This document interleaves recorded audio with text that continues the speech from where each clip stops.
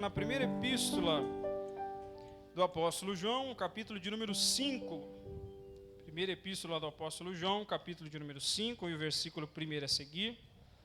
Nós estaremos fazendo a leitura da palavra de Deus e meditando um pouquinho nessa epístola tão preciosa. Os nossos músicos agora tocaram no 2 vezes, igual do WhatsApp lá, né? Tava bem rapidinho, né? Nós estávamos seguindo junto ali, mas estava cansado, irmãos, né? Glória a Deus. 1 João capítulo 5. Queridos, nós vamos ler do versículo 1 até o versículo 5. Depois nós vamos ler o verso 10 até do verso 10 até o 13. Do 1 ao 5 e do 10 ao 13. Os irmãos, por gentileza, acompanhem a nossa leitura. Que diz assim a palavra do Senhor. Todo aquele que crê que Jesus é o Cristo é nascido de Deus. E todo aquele que ama ao que o gerou também ama ao que dele é nascido. Nisto conhecemos que amamos os filhos de Deus, quando amamos a Deus e praticamos os seus mandamentos. Porque este é o amor de Deus, que guardemos os seus mandamentos. Ora, os seus mandamentos não são penosos, porque todo aquele que é nascido de Deus vence o mundo. E esta é a vitória que vence o mundo, a nossa fé. Quem é que vence o mundo, senão aquele que crê ser Jesus, o Filho de Deus? Verso 10. Aquele que crê no Filho de Deus tem em si mesmo o testemunho. Aquele que não dá crédito a Deus o faz mentiroso, porque não crê no testemunho que Deus dá acerca do seu Filho. E o testemunho é esse, que Deus nos deu a vida eterna, e esta vida está no seu Filho. Aquele que tem o Filho tem a vida. Aquele que não tem o Filho de Deus não tem a vida. Verso 13 e último. Estas coisas vos escrevi, a fim de saberdes que tendes a vida eterna, a vós outros que credes em o nome do Filho de Deus. Amém, queridos? Vamos orar e pedir a graça de Deus na nossa meditação dessa noite. Pai, nós queremos colocar, Senhor, este momento de meditar na sua palavra diante de Ti, Senhor. Nós já levamos diante do Senhor a nossa adoração, os nossos louvores. Já colocamos diante do Senhor, Pai, os poemas de louvor que foi trazido aqui, Senhor, para adorar e bendizer o Teu santo nome.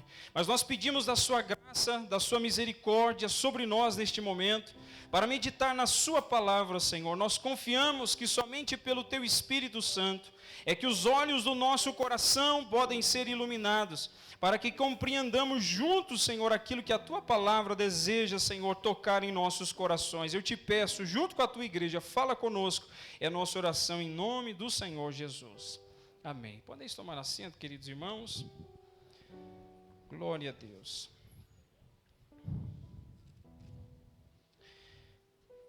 Irmãos queridos, eu gostaria de, nessa noite, meditar com os irmãos, dentro dessa primeira epístola do apóstolo João. De alguma forma, nós iremos, de maneira breve, tocar no assunto geral dessa epístola. Quando nós a lemos, percebemos de maneira muito objetiva que João tem uma preocupação muito grande quando ele está escrevendo essa epístola, porque ele deseja tratar de algumas circunstâncias, de alguns problemas que esta comunidade de cristãos está enfrentando. É interessante observar que a forma com que João trata esses problemas é de uma maneira meio cíclica. Ele trata dos assuntos e depois ele deixa determinada parte do assunto e mais à frente ele retoma de novo, de tal maneira que você muitas vezes lê a respeito de algo em 1 João, no primeiro capítulo, e logo depois, no segundo e terceiro capítulo, você se encontra, você se depara novamente com novas informações a respeito daquele assunto. É interessante que nós acabamos de ver aqui no versículo 13, que neste versículo do capítulo 5, João descreve qual foi o motivo pelo qual ele escreveu essa epístola. No versículo de número 13, João está declarando que ele escreveu para que pudesse, de alguma forma, trazer uma convicção e uma certeza ao coração destes irmãos. Agora eu preciso fazer uma pergunta para os irmãos aqui, mas eu quero que você responda aí no teu coração. Será que é possível ter certeza da salvação? Eu vou repetir de novo e você aí no teu coração reflita sobre isso. É possível ter certeza da salvação? É possível ter certeza que você e eu somos salvos em Cristo Jesus?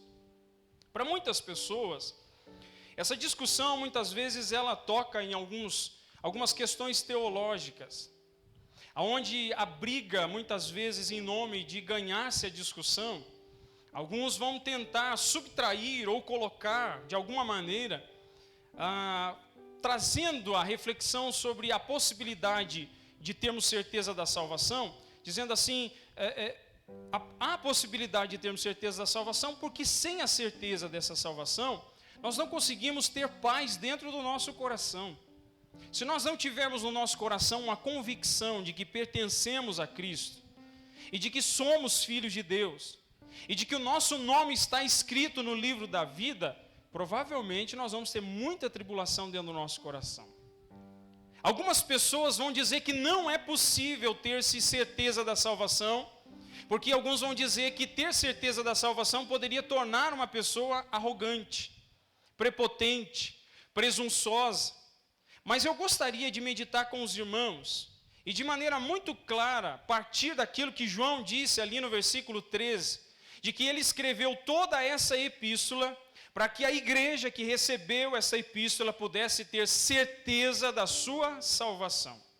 E eu gostaria de propor aos irmãos aqui 5 evidências que João traz dentro da sua epístola sobre a certeza da salvação. O tema da nossa mensagem hoje é a certeza da salvação. É interessante, primeiramente, observar que quando você escrevia, e no caso dos apóstolos aqui, escreviam uma carta, alguma epístola, eles tinham algo dentro do coração, alguma motivação que precisava ser dirigida àquelas igrejas para solucionar problemas. E a comunidade de cristãos que João está enviando esta epístola, é uma comunidade que está sofrendo com os primórdios de uma heresia chamada de gnosticismo. O gnosticismo era um movimento que se considerava, de alguma forma, uma ramificação do cristianismo pregado pelos apóstolos. O gnosticismo possuía, na forma de pensamento, alguns problemas que são considerados como frontais, antagônicos, contrários à fé cristã que nós professamos. Para o gnosticismo, uma das ideias que eles possuíam é que algumas das pessoas, esses iniciados dentro dessa seita, possuíam um conhecimento de Deus mais profundo do que outras pessoas. Eram considerados mais espirituais do que os outros que faziam parte da seita. Era só uma casta, um clero de pessoas que tinham uma determinada capacidade, uma suposta capacidade de conhecer as coisas de Deus de maneira mais profunda. Mas nós já estudamos aqui em 1 Coríntios, principalmente no capítulo de número 2, Paulo dizendo que a partir do momento que nós recebemos o Espírito Santo para habitar dentro de nós já temos acesso aos mistérios de Deus. Ainda que nós tenhamos níveis de compreensão das Sagradas Escrituras, mas todos aqueles que receberam a Jesus Cristo compreendem de maneira pelo menos básica as questões iniciais e fundamentais da fé cristã. Todo cristão que recebeu verdadeiramente o Espírito Santo de Deus tem compreensão das verdades de Deus. E isso não é pela capacidade humana, porque Paulo vai dizer que nós só compreendemos o que compreendemos porque o Espírito Santo de Deus veio habitar dentro de nós e comunicar essa verdade do Senhor aos nossos corações. Você quer entender um pouquinho mais a respeito disso? Você sabe muito bem de que existem segredos no coração humano que somente a pessoa e Deus conhecem. Existem segredos no meu e no seu coração que muitas vezes nós podemos ter receio de contar ou compartilhar com alguém. E aqui, irmãos, não entenda que eu estou dizendo que seja algo pecaminoso. Às vezes aconteceu algo com você e comigo, e às vezes, para não trazer dificuldades, preocupação para outras pessoas, nós nos abstemos de contar para elas. Porque se nós contarmos, elas vão se tornar, muitas vezes, pessoas que não vão ter capacidade emocional para poder ouvir aquilo. E você guarda dentro do teu coração, mas você e Deus sabem o que está acontecendo. E Paulo vai dizer lá em 1 Coríntios capítulo 2, que ninguém conhece as coisas do homem, as profundezas dos pensamentos, dos sentimentos e das vontades do homem, senão o espírito do próprio homem, que dentro dele está. E Paulo vai dizer também, ninguém conhece as coisas internas do coração de Deus, senão o Espírito Santo de Deus. E aí é a maravilha que Deus fez por nós. Esse Espírito Santo que conhece as profundezas do coração e do ser de Deus, o próprio Pai e o Filho enviaram o Espírito Santo para vir e habitar dentro de nós. E a palavra diz, o próprio Senhor Jesus Cristo dizendo que o Espírito da verdade, que o mundo não conhece e não recebe, viria e habitaria dentro de nós. E Ele estaria conosco para sempre. Essa é a maior dádiva que nós podemos receber. Porque todas as bênçãos de Deus são trazidas até nós por intermédio do Espírito Santo. Vou usar uma figura aqui para ficar fácil para todo mundo. Está chegando o final de ano e tem muita gente aí comprando presente para toda a família. Eita, que maravilha. Vamos ver se lembrar do pastor, né, irmãos? Não esqueça do pastor na hora de comprar lá no Mercado Livre, irmãos, né? E você compra lá naquele determinado site. Tem uns que vão mais longe, compram no AliExpress, Shopee, né? Agora tem Shopee, o negócio é mais barato, né? Aí compra aquele material e às vezes o material sai de lá da China. Mas a pergunta é, como que o material da China pode chegar até nós aqui no Brasil? Por intermédio de uma transportadora.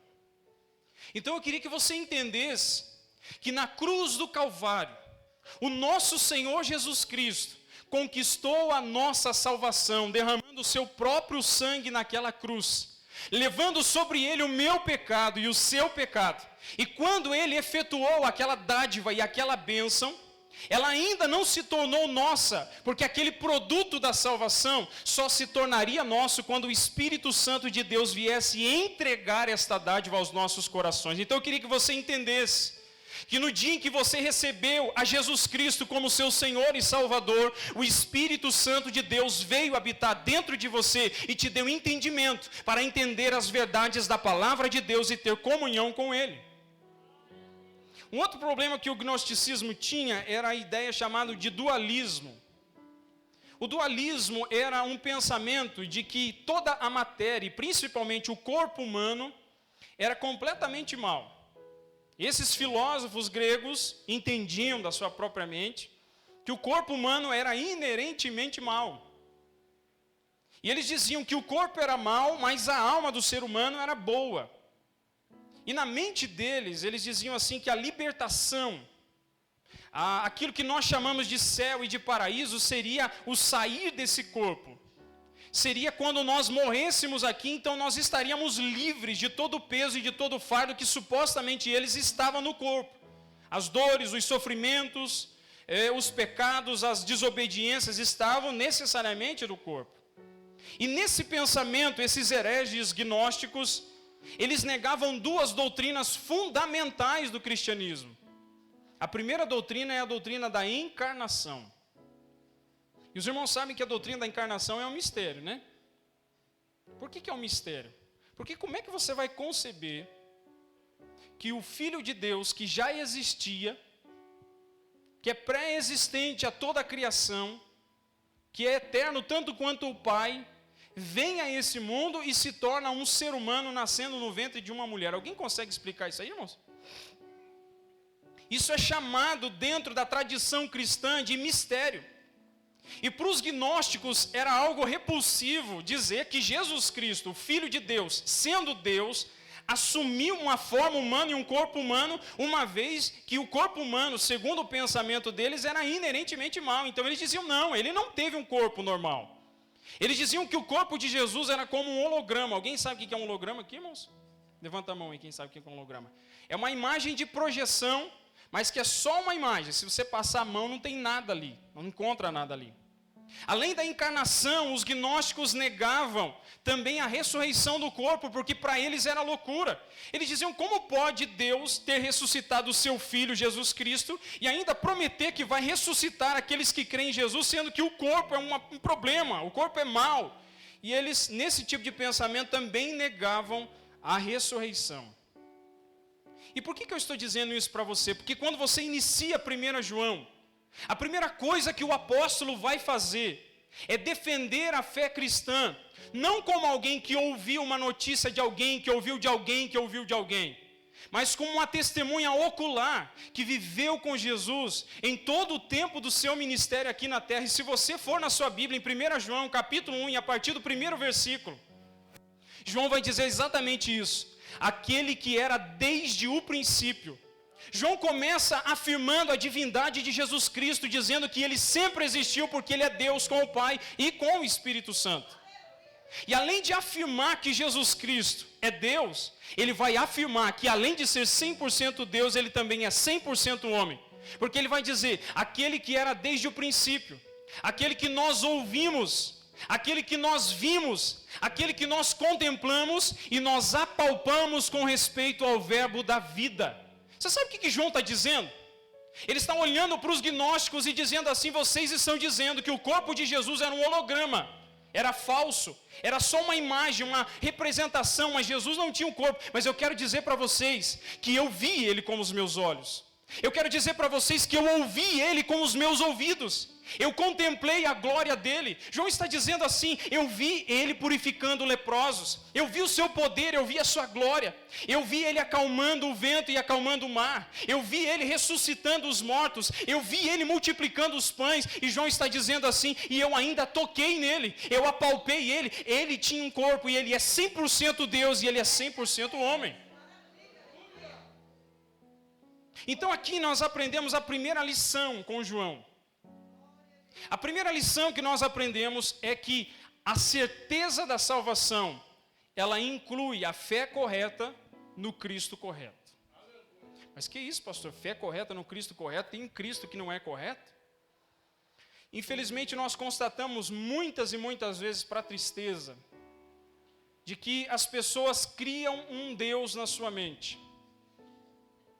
E às vezes elas até chamam esse Deus de Jesus Cristo. Mas esse Jesus Cristo que elas falam proferir é bem diferente daquele que as Escrituras dizem. Algumas pessoas veem em Jesus aquilo que os apóstolos pensavam que Jesus era, um libertador político. Alguns olham para Jesus assim como muitos da multidão, e nós estamos estudando aqui no Sermão do Monte, que olhavam para Jesus como uma fonte de receber recursos e bênçãos para si, mas que não queriam comprometimento com esse Cristo. Mas a Bíblia vai nos dizer que o Filho de Deus, aquele no qual todos nós devemos colocar a nossa fé, é esse Cristo que é 100% Deus e que é 100% homem. Aquele que veio a este mundo sendo Deus, desenfeitou a glória descendo aqui, se tornando ser humano como nós, se tornando servo de Deus e cumprindo uma missão em nome do Senhor e sofrendo na mão dos homens. É esse Jesus Cristo que neste presente momento as pessoas lá de fora desprezam. É este Jesus Cristo que muitos olharam para ele nos dias da crucificação, dizendo: o herói do cristianismo é alguém que morre na cruz, é alguém que morre da morte mais horrenda e vergonhosa que existe. Mas eu queria dizer para você, a vergonha que o mundo viu, a derrota que aparentemente as pessoas estavam dizendo que Jesus experimentou na cruz, eles não contemplavam a vitória espiritual, porque naquela cruz, apesar do corpo dele ter vertido o seu sangue e morrido naquela cruz, ele morreu para perdoar os meus pecados e os seus pecados e nos dar vida eterna por intermédio do seu sangue. Um cristão de verdade, alguém que tem certeza da salvação, é alguém que crê no Jesus Cristo da Bíblia, das Escrituras. Então guarda aí no teu coração. O primeiro ponto que João ensina aqui para nós é que a certeza da salvação, uma das evidências dela, a primeira, é que nós cremos no Cristo das Escrituras. Amém? Eu vou seguir aqui porque o nosso tempo segue e urge. A segunda questão que João nos ensina, a segunda evidência de que alguém é salvo, é que a pessoa tem uma completa consciência de pecado. Irmão, isso aqui é tão importante. Eu percebo que muitas vezes os pregadores, em nome de afagar o coração do público, das pessoas que estão diante dele, ele se recusa a falar de pecado. Existem pastores de alguns segmentos dentro da nossa nação que já declararam de maneira pública que não pregam mais sobre pecado. Eles não querem ferir as pessoas. Eles dizem assim, as pessoas são tão sobrecarregadas com os problemas dessa vida. Elas têm problemas psicológicos, elas enfrentam traumas, elas enfrentam dores, elas enfrentam angústias. Para que falar de pecado? Vamos falar de coisa boa. Vamos trazer uma mensagem de autoajuda, uma mensagem que seja palatável para essas pessoas.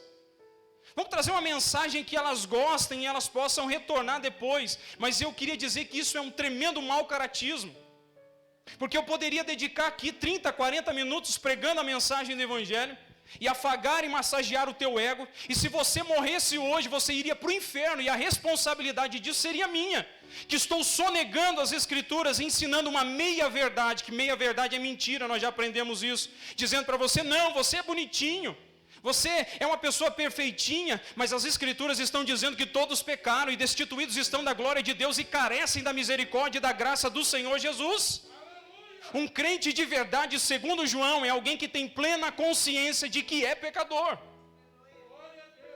Você sabe o que é interessante? Olha o que ele diz ali no capítulo de número 1 e versículo de número 5. Ele diz, ora, a mensagem que da parte dele temos ouvido e vos anunciamos é essa, que Deus é luz e não há treva nenhuma. Se dissermos que mantemos comunhão com ele e andamos nas trevas, nós somos mentirosos e não praticamos a verdade. Se porém andarmos na luz, como ele na luz está, nós temos comunhão uns com os outros, e o sangue de Jesus Cristo, seu Filho, nos purifica de todo pecado. Olha o que ele diz no verso 8. Se dissermos que não temos pecado nenhum, a nós mesmos nos enganamos e a verdade não está em nós. Verso 10. Se dissermos que não temos cometido pecado, fazemos-lo mentiroso e a sua palavra não está em nós. Só para os irmãos entenderem é o seguinte. Imagine uma árvore aí na sua mente. Imagine uma árvore com frutos. O que João diz para nós aqui é que existe uma árvore dentro de todos nós, chamado pecado, no singular. Essa árvore é a velha natureza, que está dentro de nós desde o dia que nós nascemos, né? Que estava lá, já no berçário, na maternidade, vindo ao mundo. Essa árvore já nasceu junto conosco. João leva em consideração, dizendo que essa árvore estará conosco até o dia daquilo que a Bíblia chama de redenção. A redenção será a transformação do nosso corpo e a remoção completa do pecado de dentro de nós. Então João está dizendo que se nós dissermos que não existe uma árvore chamada pecado dentro de nós, nós somos mentirosos e a verdade não está dentro de nós. Alguém tem dúvida aí, irmãos, que essa árvore está dentro de você e de mim ou não? Todo mundo tem dúvida ou ninguém tem dúvida? Abra sua Bíblia comigo, em Gálatas, capítulo de número 5. Gálatas 5, e o versículo 19 a seguir.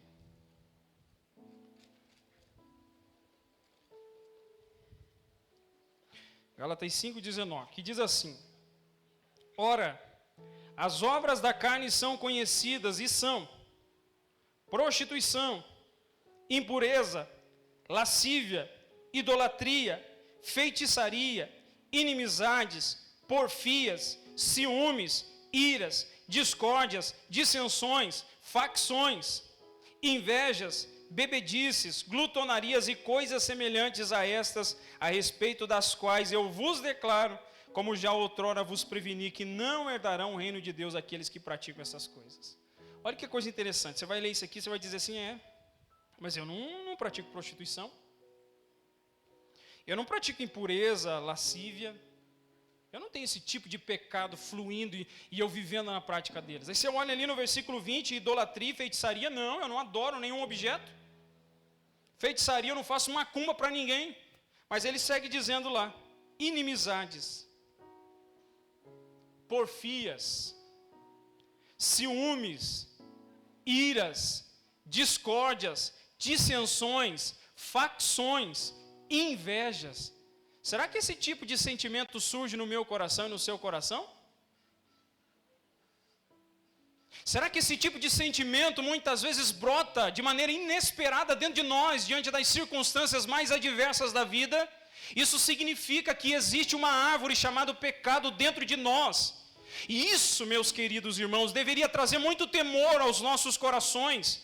Porque nós deveríamos estar nesse estado de temor, entendendo que nós precisamos estar muito perto de Deus, em comunhão constante com Ele. Porque se nós andarmos pelo Espírito, nós seremos vitoriosos contra todo impulso e tentação da carne. É somente por Jesus Cristo, nosso Senhor, e por intermédio do Espírito Santo que habita dentro de nós, é que nós conseguimos ser vitoriosos contra a carne. E João tanto vai dizer a respeito da árvore chamada pecado, como ele vai dizer a respeito dos frutos, que ele vai dizer no plural, então, pecados. Irmãos, isso aqui é muito importante.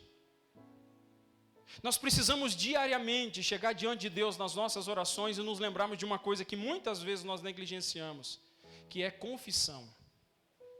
Isso é parte integrante das nossas orações, deveria existir de maneira constante na nossa vida. Às vezes nós dobramos os joelhos e o que nós nos lembramos é de intercessão. Lembramos de interceder pelas pessoas. Nós lembramos de súplicas, lembramos. Nós nos lembramos de petições, lembramos. Mas muitos de nós podemos nos esquecer da confissão de pecados. A confissão de pecado é aquilo que nos torna cada vez mais conscientes da nossa necessidade de Deus. Queridos irmãos, eu queria que você refletisse sobre isso. Para ficar mais aliviado aí para você, que às vezes os irmãos olham para quem está no púlpito pregando e acham que esse é o perfeito falando para os imperfeitos. É o bom falando para os ruins. É pecador pregando para pecador. A mensagem que corta aí, corta aqui também. Se eu afagasse o teu ego aqui nessa noite para dizer para você que você vai ser abençoado, e é muitas vezes que a gente vê pregadores, né, no anseio de poder voltar e pregar de novo, dizendo assim, ei, Deus vai te abençoar. Eu até estava conversando, né, com o Douglas essa semana a respeito disso, desse assunto. As pessoas vêm e dizem, Deus vai te abençoar, e a pessoa está vivendo uma vida de transgressão e desobediência. Está vivendo uma vida de pecado, ela está vivendo uma vida de transgressão contra Deus, e nós estamos prometendo bênção para alguém que está dizendo, eu vou efetuar juízo sobre ele, se não se arrepender. Eu queria dizer para você, que quando nós olhamos para o nosso coração, e provavelmente diariamente, nós vamos encontrar alguma coisa ali, da qual nós devemos chegar diante de Deus, humilhados, quebrantados, e dizer, Senhor, me perdoa, purifica o meu coração. E aí, vem a palavra que João vai dizer aqui. Se nós confessarmos os nossos pecados, Ele é fiel e justo para nos perdoar e purificar de toda injustiça. Vamos perder aquela visão falsa de achar que nós somos super cristãos e que uma vez que eu orei um dia pelo erro que eu cometi, nunca mais eu preciso. Se você começar pela palavra de Deus e pelo Espírito Santo checar o teu coração, você perceberá que você pedirá perdão muitas vezes durante o dia, mas você tenha certeza no teu coração que Jesus Cristo é fiel para perdoar tudo aquilo que você faz, uma vez que você se arrepende e abandona, porque aquele que confessa e deixa alcança a misericórdia. Porque senão não adianta. Nós vamos ficar orando aqui muitas vezes dizendo, Deus envia um reavivamento.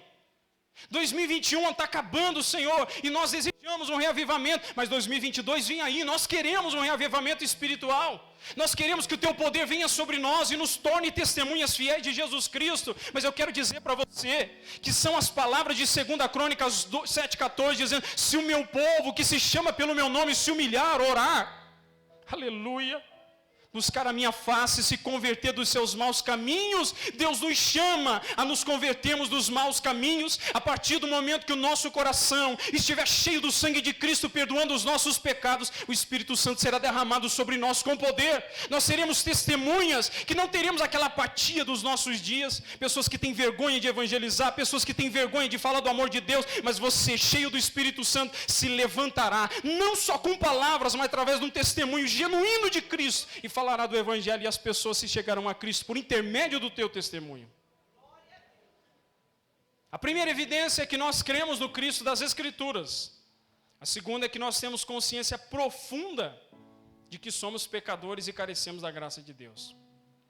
A terceira evidência, segundo João, é que um salvo que tem certeza da sua salvação é alguém que obedece às Sagradas Escrituras.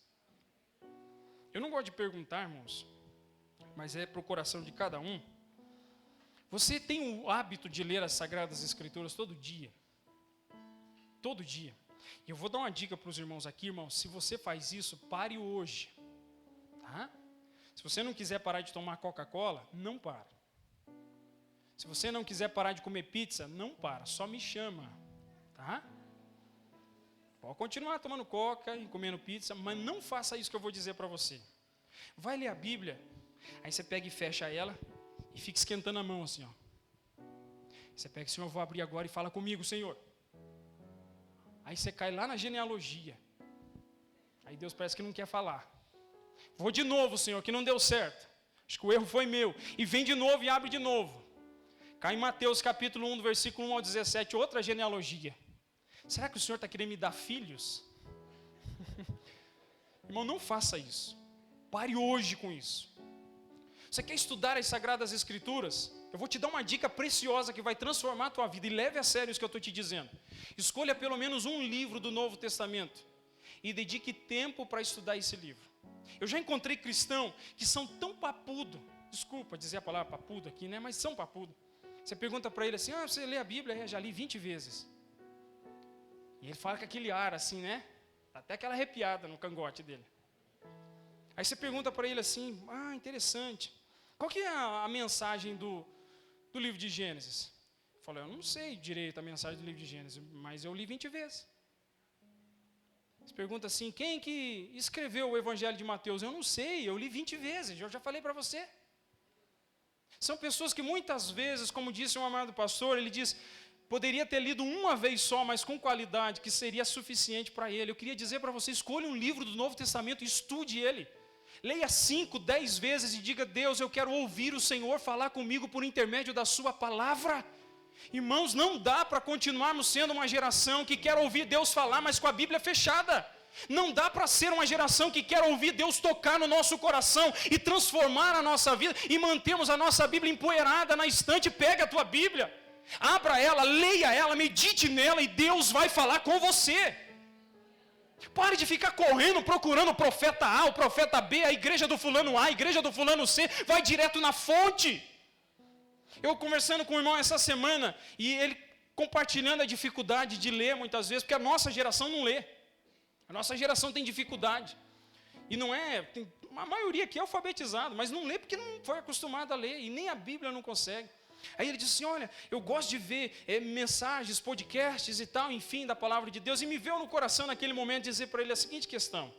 Eu falei assim, se eu te desse uma passagem, um passaporte, agora aqui é para quem gosta, eu vou usar a mesma ilustração lá. Eu falei, se eu te desse um passaporte para você conhecer o melhor parque de diversões do mundo, você teria duas oportunidades. Ou você pegava aquele passaporte e você mesmo viajava para lá e conheceria aquele parque de diversão, ou você pegava uma pessoa e diria assim, olha, estou te dando esse passaporte, você vai lá e aproveita os brinquedos, depois você volta e me conta. O que você preferia? Nós muitas vezes estamos terceirizando a nossa comunhão com Deus. Eu não estou dizendo que é ruim ouvir pregação na internet, ouvir podcast. Não estou dizendo nada disso, é muito bom. Mas às vezes nós estamos ouvindo informação de segunda mão. Deus quer falar com você através da tua leitura das Sagradas Escrituras. Eu queria dizer para você que se você fizer um desafio hoje de dizer, Senhor, eu quero assumir o compromisso de pelo menos um capítulo por dia eu ler, eu quero dizer para você, o teu coração será transformado. E não é só ler o capítulo e dizer, venci a batalha de hoje, bati o ponto. Não, é dizer, Senhor, eu não saio daqui enquanto eu não compreender a mensagem deste capítulo. Deus vai falar com você, Deus vai transformar o teu coração, Deus vai renovar a tua vida. Porque essa é a palavra de Deus, não é a minha palavra, não é a palavra do pastor presidente, é a palavra de Deus que deseja tocar no meu e no seu coração. Não terceiriza, não passa o passaporte para frente, porque uma das evidências que o João diz para nós, agora não conseguimos pelo tempo tocar, capítulo 3, versículo 11 ao 24 e 4 do 7 ao 21, João vai dizer para nós que essa é uma das evidências, a terceira evidência. A quarta evidência, nós já estamos caminhando para o fim. A quarta evidência, a primeira é crer no Cristo das Escrituras e não naquele fabricado pela mente. Segunda evidência que nós somos verdadeiramente salvos em Cristo é que nós temos consciência de pecado. A terceira evidência, como nós acabamos de ver, é alguém que está próximo da palavra de Deus e aprende diretamente dela. E o quarto é que nós amamos o nosso próximo. Irmãos, é tão estranho alguém dizer que nasceu de novo e não ama o próximo. É estranho. É igual alguém que tem contato, de alguma forma, com algo precioso e não quer repassar. Você imagine, eu fui ontem na casa do meu cunhado e ele falou sobre uma florzinha, um arbustozinho pequeno, uma folhagenzinha que dá bastante lá na África, na região da África, tanto foi um missionário que trouxe para ele. E ele começou a me mostrar as propriedades daquela folhinha. Ele disse, se você comer 4 folhinhas dessa, durante o dia todo, você tem isso aqui, isso aqui, isso aqui, isso aqui, proteínas, né? Que lá na África eles comem aquela folhagenzinha porque eles não têm muita carne e eles não conseguem ter esses nutrientes dentro do organismo, e eles comem essa folhagem, e essa folhagemzinha pequenininha, traz todos os nutrientes da carne, mesmo eles não comendo a carne. Eu falei assim, rapaz do céu. E daí tinha lá, tem mais cálcio do que o leite, tem mais não sei o quê. Eu falei, meu Jesus querido, e eu já não estou tomando leite, né, por causa do problema de saúde, cortei o leite. Falei, cálcio, gente, cálcio, estou precisando de cálcio. E aí eu já falei para ele, me dá uma mudinha dessa aí. Irmãos, não é nada, não é cannabis e outra coisa não, viu, irmãos? Vamos ficar preocupados. É uma coisa normal, né? E aí eu já falei, não, daí eu já passo para o meu pai e tal, né, para o pessoal. Ele falou, meu Deus, olha que benefício dessas proteínas. Querido, se nós recebemos o amor de Deus, é algo natural, doar o amor de Deus e colocar o amor de Deus diante das pessoas. Nós temos estudado aqui que o amor, amar não é gostar. E o cristianismo não é a religião de gostar, é a religião do amor. Amar é olhar para alguém que não merece que você faça nada por ele, não faça nada por ela, porque te feriu, te magoou, te entristeceu, te ridicularizou, te menosprezou, te rejeitou. É você olhar para aquela pessoa e dizer, você não merece aquilo que eu vou fazer por você, mas eu amo você. E o amor é a atitude de amar alguém que não merece ser amado. Então eu queria dizer para você que uma das evidências que João mostra na sua epístola é que se nós dizemos que amamos a Deus, nós temos que amar aqueles que Deus gerou também. Se nós amamos a Deus, eu tenho que amar. Se eu digo que amo a Deus, eu tenho que amar você também. E nós convivemos uns com os outros. Tem gente que é fácil de amar. Amar. Tem outros que é mais difícil de amar, não é? Ou todo mundo é igual? Não tem gente que é mais complicado de amar? E João está dizendo que a evidência, uma das evidências, a quarta evidência de que nós temos a salvação de Cristo é que nós amamos uns aos outros. Jesus vai dizer isso lá no Evangelho de João, capítulo 13, versículo 35, ele vai dizer, nisto todos conhecerão que vocês são os meus discípulos, se vocês amarem uns aos outros. A última evidência que João nos demonstra é que um salvo é alguém que foge dos falsos mestres e dos falsos ensinos. Como tem gente equivocada com o ensino. Se você tem rede social, você deve ter visto que está todo mundo falando daquela estátua que está na frente do prédio da ONU lá nos Estados Unidos. Alguém ouviu isso, não? Gente, mas chega a enjoar de ver aquilo ali.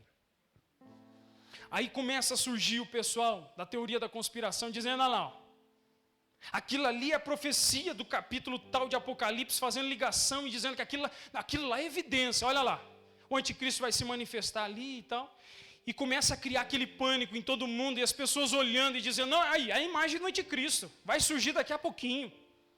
Essas pessoas às vezes não se dão nem o trabalho de tentar entender o que significa aquela estátua. Toda a gestão da ONU, a pessoa que assume aquela gestão, ela sempre traz um símbolo que representa o seu país, e aquela estátua é representatividade do país, do México, né? De um dos costumes culturais do México, que foi colocado ali na frente. E todo mundo já fazendo associação que aquela cabeça representa não sei o quê. Eu falei, meu Deus do céu, como é que eles enxergam tudo isso? Né? Aí aquela outra ervinha que eu falei para os irmãos que a pessoa está comendo, que não é essa boa. Porque a pessoa viaja. Queridos irmãos, se nós temos consciência do ensino da palavra de Deus, nós não estamos aqui para ficar esperando o anticristo, para ficar identificando quem é ele, qual é o nome dele. Eu não estou esperando o anticristo, eu estou esperando o Senhor Jesus Cristo. Eu não estou aqui para tentar adivinhar se vai ser o A, vai ser o B, vai ser o C. Eu estou aqui aguardando ansiosamente no meu coração, quando o meu Senhor virá do céu com alarido, voz de arcanjo, a trombeta de Deus, e Ele enviará os seus anjos aos 4 cantos da terra para trazer os seus eleitos. É esse Senhor que eu estou aguardando. E eu quero finalizar aqui porque o nosso horário já se foi. A quinta e última evidência de alguém que é salvo em Cristo, que ele não é levado, ela não é levada por todo vento de doutrina. Queria finalizar aqui concluindo e fazendo uma aplicação direta ao teu coração. Você crê no Cristo correto? Você crê no Cristo que está registrado nas Escrituras o testemunho dele, e não é o testemunho de quem falou, de outro que falou, não, é um testemunho ocular, do próprio João, que viu ele, contemplou a sua glória e diz, ele é Deus, mas ele também foi homem, ele assumiu a forma humana nesse mundo e nós tocamos nele. É o testemunho de João dizendo assim, ele falou sobre o pecado, e ele diz que nós deveríamos ter consciência de pecado, que nos humilharia e colocaria diante dele totalmente dependente. E aí eu pergunto para você, você tem consciência de pecado no teu coração, ou até agora você está achando que é santo, que não erra, que não falha? Nós vimos aqui a terceira evidência, que traz para nós a realidade que nós devemos meditar nas Escrituras para conhecer o Senhor por intermédio da fonte. Não entregue o passaporte na mão de outro, leia você. Como foi a conversão de Agostinho de Hipona, um dos pais da igreja. Ele sentado debaixo de uma árvore, ele ouviu a voz de uma criança dizendo, pega e lê. Pega e lê. E ele estava num conflito dentro do coração, e ele pegou as Escrituras, abriu, e a mensagem que ele leu nas Escrituras trouxe paz para o seu coração, e ele entregou a vida a Cristo. A quarta evidência, como nós vimos aqui, de um salvo é alguém que ama o próximo. Você tem amado o próximo. Você tem desejado fazer o bem para todas as pessoas, inclusive para aqueles que te perseguem, te oprimem, te ferem. É isso que também manifesta a evidência da verdadeira salvação. E por fim, você tem ouvido a palavra de Deus ou as vozes por aí? Os profetas do caos.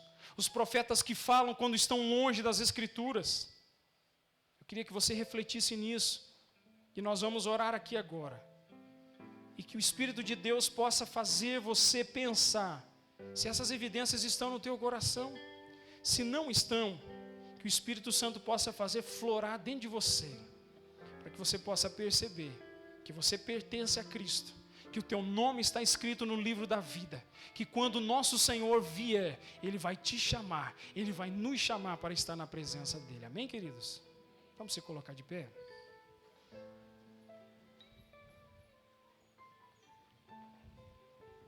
Glória a Deus. Curva a sua cabeça, vamos orar. Senhor, nós te agradecemos pela epístola de 1 João, Senhor. Ainda que de maneira breve, Senhor, nós podemos aqui refletir naquilo que João intencionava dizer. Ele escreveu, Senhor, aquilo que nós temos hoje como 5 capítulos, para trazer convicção ao coração daqueles cristãos, dizendo que eles tinham e possuíam a vida eterna.